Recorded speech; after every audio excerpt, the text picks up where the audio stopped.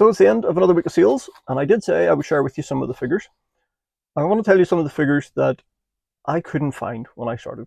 So this is the inside numbers that nobody talks about because it's their internal numbers, and they don't want to go sharing all their figures with the peeps around the world about how much they make.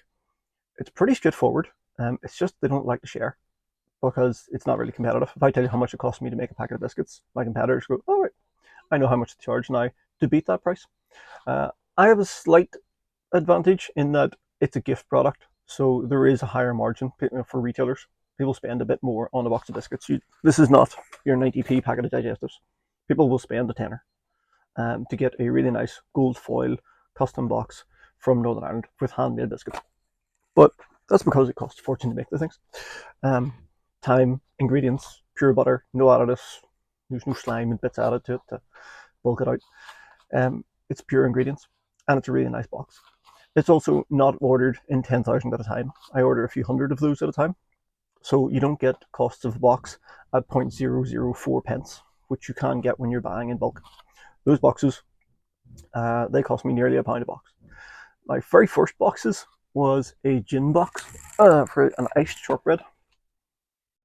That piece of cardboard was £3.50. It's horrifying. I wasn't making any money on it, but it got me out there, got me into the marketplace. Buying in hundreds, they're a lot cheaper these days. But people don't want to tell you their prices, which is lovely, makes sense commercially. But when you're starting a business and you want to go out and sell stuff, people tell you all sorts of clever things like get a spreadsheet, do calculations, do costs, and there's two numbers you really need. You need to know how much you're going to make and how many you're going to sell. Well, you don't know that. You can't. There's no way you can possibly know that. You just can't make up a number. So you need to go and talk to people, and you got to talk to buyers. But how do you go and talk to a buyer and tell them, I can make a biscuit, here's how much it costs me? And they'll go, oh, great. I'll add on a big margin. You're going to get nothing, and you're going to pay for shelf space and any promotions coming off your costs, not off my margin. So they will try and have a laugh. There are also some of them I spoke to who said, yes, we need 300 to 400% markup. That doesn't work in food. So that works for trinkets, things you can buy in from China in vast bulk, in tourist shops and gifts. Food's different. Food, you're looking at anywhere between 20% to 100%. So that's the markup. They've got to cover their costs. But you need a margin. If you want to grow the business, you're going to need a distributor. They're going to need a margin. So if you stick on 20%, let's say a box costs £2 to make, you stick 20% on that, you're getting 40p. Distributor sticks on 20%, they're going to get just over 40p. So the retailer then needs to sell that for well above £3. So if they're trying to make 50 to 100% on that, they're going to be selling this for £4 to £5. So that's where the figures come from, which is great and all. But how many are you going to sell? If one tiny gift shop sells one a week, is it worth the hassle for you to drive around once a month and deliver a dozen boxes? Or every 2 months and deliver a dozen boxes for making 40p a box or 20p a box? You got to work out whether it's worth your time and effort or not. If it's not, then you need a distributor who's on a route anyway and delivering other things, and it's worth their time because it's just another box on the van. So at the start, it's difficult. To give you an idea, a big retailer, now this is in Northern Ireland, different parts of the world have different numbers. We are really small. We're an island in the Atlantic. So if I supplied every hotel in the country, it still wouldn't make a full business. You couldn't run an entire business supplying every hotel in the country because there's not enough hotels and they're not big enough. So to give you an idea, a major gift store here might turn over 3,000 boxes a year in shortbread. So I mean that's a massive gift store here. So they might do less, just under 3,000 boxes a year. So when you work out how many that is per week, and that's not supplies from one company, that's supplies from a couple of dozen companies. So you got to take your margin out of that, work out what percentage of that you can fulfill. But decent sized retail stores, if you're going into multiples, you could be selling a dozen a week. Depends on the product, depends what you're trying to shift. If you're going into a fresh food bakery, they're going to be shifting out a dozen loaves a day, a dozen, 20 or 30 packets of tray bakes maybe.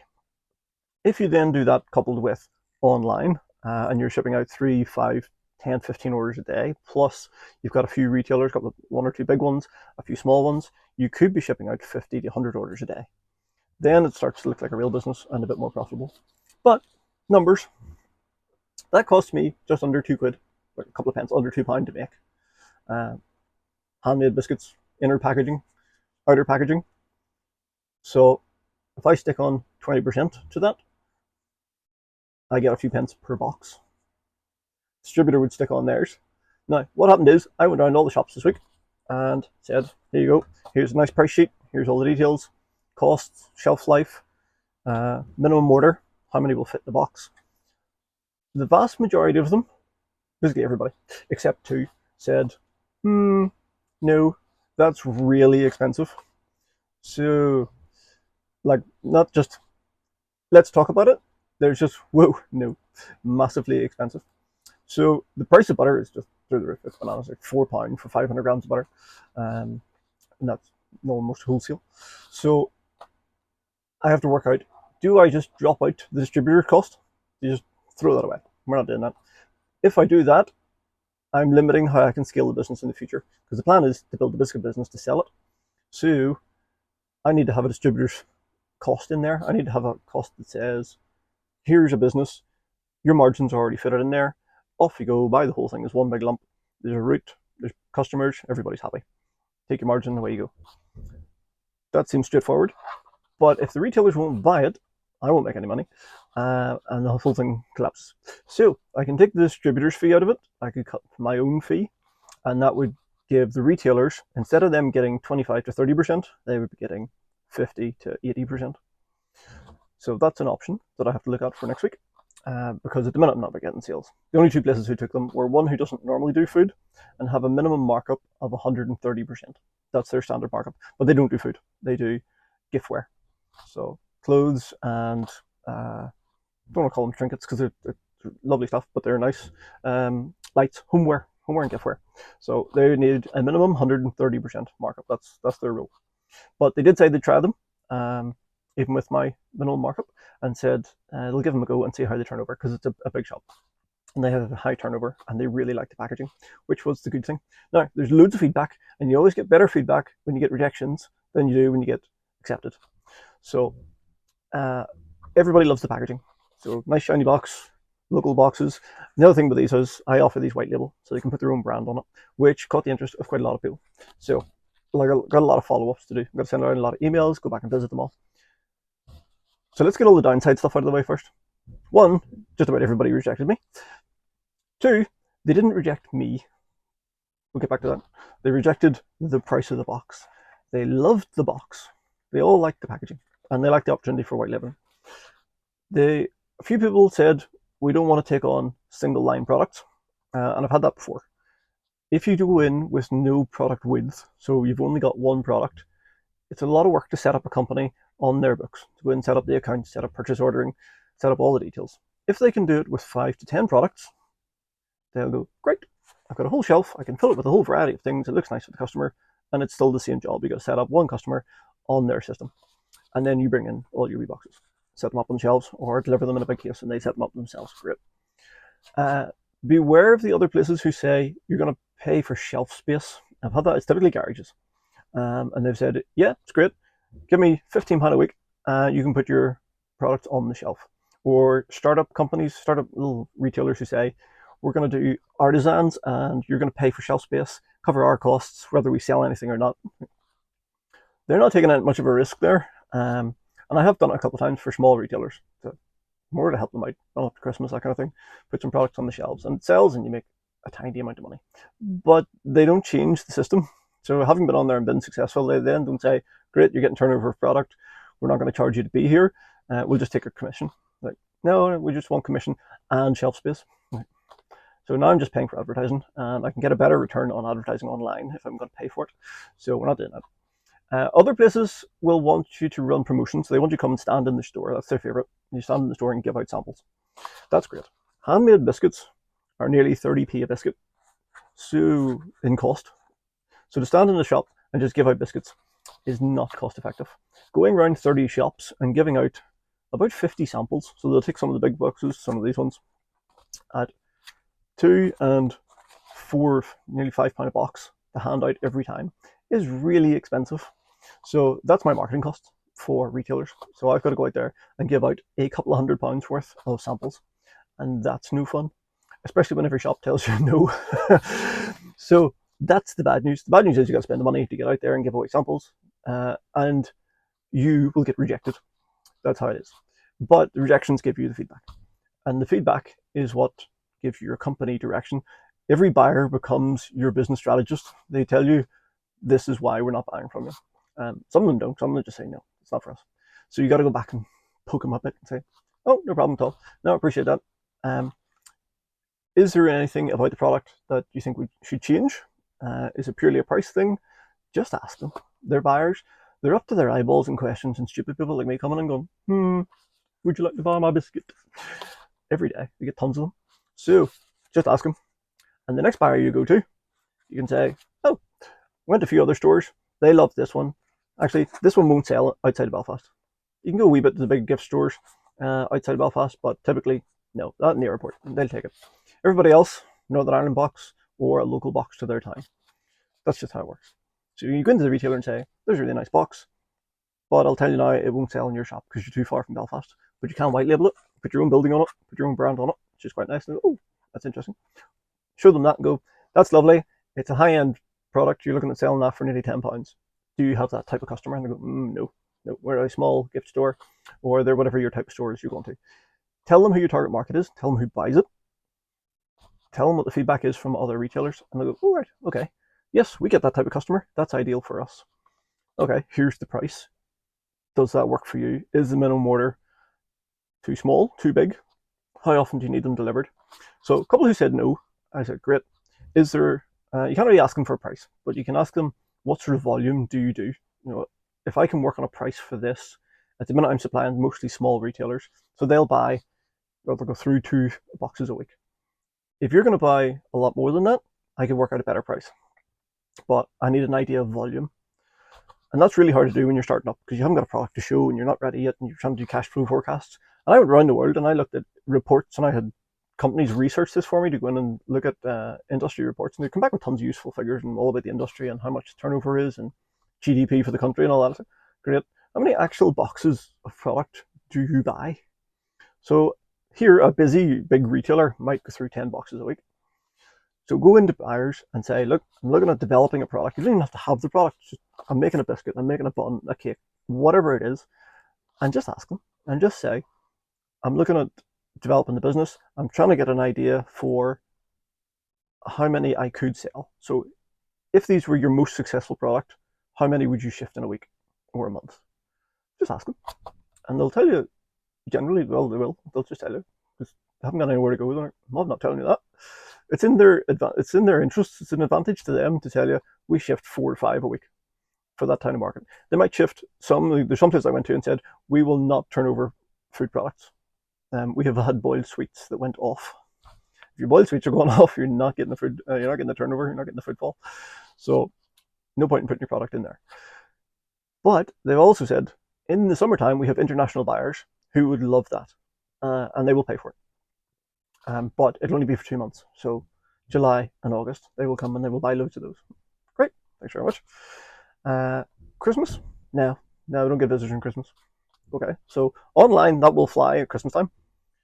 June, July, I have a couple of gift shops to go back to. All the other lean months in between, white label boxes, local boxes, different types of product. Some of the other things I can get out there. So I started to get a build, and I started to get a calendar of where I can sell, how many boxes I can shift in a week, what sort of costs it's going to be. So at the minute, I'm revising the costs for next week to go back around the retailers and say, look, I had a chat with a lot of retailers, and they all said the same thing. They all said the costs are too high. So here's a new price schedule. What do you think? Am I being a torture? Maybe. Point is, they're rejecting the product, the price, or something about it. It's not me. I don't think it's me. It's rarely you. I've sold everything from logs door to door to aerial defense systems. If you take it personally, you're stuffed.